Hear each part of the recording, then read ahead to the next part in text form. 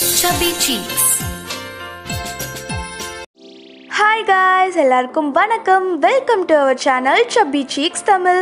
இன்னைக்கு நம்ம banana balls இல்லைன்னா பனானா லட்டு எப்படி வேணால் சொல்லிக்கலாம். ஸோ அதை தான் நம்ம இன்னைக்கு செய்ய போகிறோம். வீடியோக்குள்ளே போகிறதுக்கு முன்னாடி நம்ம சேனலை யாராச்சும் சப்ஸ்கிரைப் பண்ணாமல் பார்த்துட்டு இருந்தீங்கன்னா மறக்காமல் கீழே இருக்கிற சப்ஸ்கிரைப் பட்டன் அமைக்கிக்கோங்க. பக்கத்தில் இருக்கிற பெல்லையும் தட்டி விட்டுருங்க. அப்போ தான் நம்ம வீடியோஸ் எல்லாம் உங்களுக்கு டக்கு டக்குன்னு வரும்.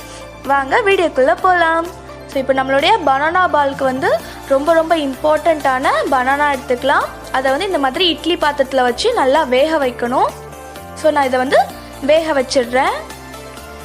இப்போ நல்லா வெந்து முடிஞ்சிட்டு ஒரு 10 மினிட்ஸ் நீங்கள் வேக வச்சாலே போதும், அது நல்லா வெந்துடும். ஸோ இந்த மாதிரி நீங்கள் அமுக்கி பார்த்தீங்க அப்படின்னா நல்லா குழுன்னு இருக்கணும். இப்போ நமக்கு நல்லா வெந்துருச்சு. ஸோ இது கொஞ்ச நேரம் ஆற வைக்கலாம். இப்போ நம்ம என்ன பண்ணலாம் அப்படின்னா, ஒரு கப் அரிசி எடுத்துக்கோங்க. அதை இந்த மாதிரி பாத்திரத்தில் போட்டு நீங்கள் நல்லா வறுத்துக்கோங்க.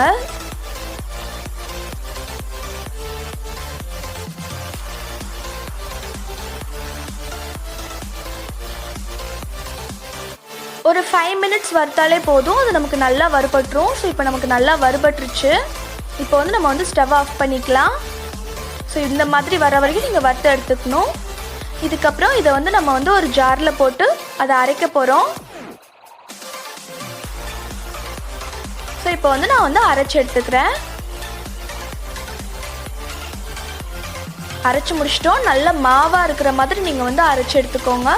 ஸோ இப்போ ஒரு பவுல் எடுத்தாச்சு. அந்த பவுலில் நம்ம வேக வச்சுருந்தோம்ல வாழைப்பழம், அதை நல்லா உரித்து உள்ளே போட்டுக்கோங்க. ஸோ நம்ம 4 வாழைப்பழத்தை வச்சாச்சு. இதுக்கப்புறம் நம்ம அரைச்சி வச்சுருந்த அந்த அரிசி மாவு இருக்குல்ல, ஸோ அதையும் உள்ளே போட்டுக்கலாம். இதுக்கப்புறம் ஒரு கப் தேங்காய் பூ எடுத்துக்கோங்க. ஸோ இந்த தேங்காய் பூவையும் நம்ம சேர்த்துக்கலாம். அதுக்கப்புறம் ஒரு கப் ஜாகரி எடுத்துக்கிறோம். ஸோ வெல்லம் நீங்கள் பாகு காய்ச்சி கூட ஊற்றிக்கலாம், இல்லைனா இந்த மாதிரி நல்லா பொடிச்சு எடுத்துக்கோங்க. நமக்கு அப்போ தான் நமக்கு உருண்டை பிடிக்கிறதுக்கு வரும். அப்புறம் ஒரு ஸ்பூன் ஏலக்காய் பொடி எடுத்துக்கோங்க. அப்போ தான் நமக்கு ஒரு நல்ல ஒரு ஃப்ளேவர் கிடைக்கும். அதுக்கப்புறமா கொஞ்சமாக சால்ட்டு, உங்களுக்கு ஏற்ற அளவுக்கு சால்ட்டு போட்டுக்கோங்க. இப்போ இது எல்லாத்தையுமே நம்ம நல்லா மிக்ஸ் பண்ண போகிறோம். ஸ்பூனை வச்சு மிக்ஸ் பண்ணுறது வேலைக்காகல. ஸோ நான் கையை வச்சு நல்லா பிசைஞ்சுக்கிறேன்.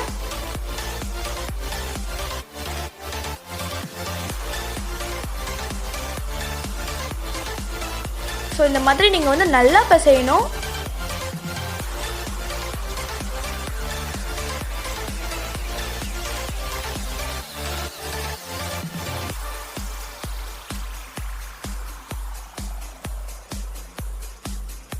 ஸோ இப்போ நம்ம நல்லா பிசைஞ்சு முடிச்சிட்டோம்.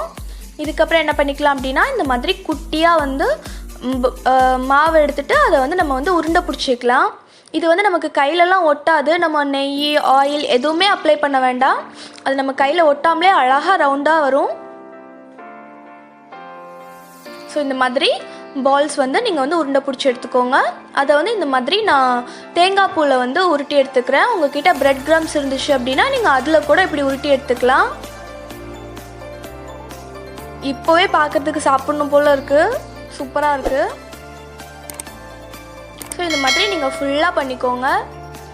நார்மலாக வாழைப்பழம் மட்டும் சாப்பிடாம இந்த மாதிரி வெல்லம்லாம் சேர்த்து சாப்பிட்டோம் அப்படின்னா ரொம்ப டேஸ்ட்டாகவும் இருக்கும். இது பார்க்குறதுக்கே ரொம்ப சூப்பராக இருக்குது. கண்டிப்பாக உங்களுக்கு எல்லாருக்கும் ரொம்ப பிடிக்கும். மறக்காமல் இதை ட்ரை பண்ணி பார்த்து எப்படி இருக்குன்னு நீங்கள் சொல்லுங்கள். நம்ம ரொம்ப ஹெல்த்தியாகவும் ஃபுட்டெல்லாம் நம்ம செஞ்சு சாப்பிட்லாம். இந்த மாதிரி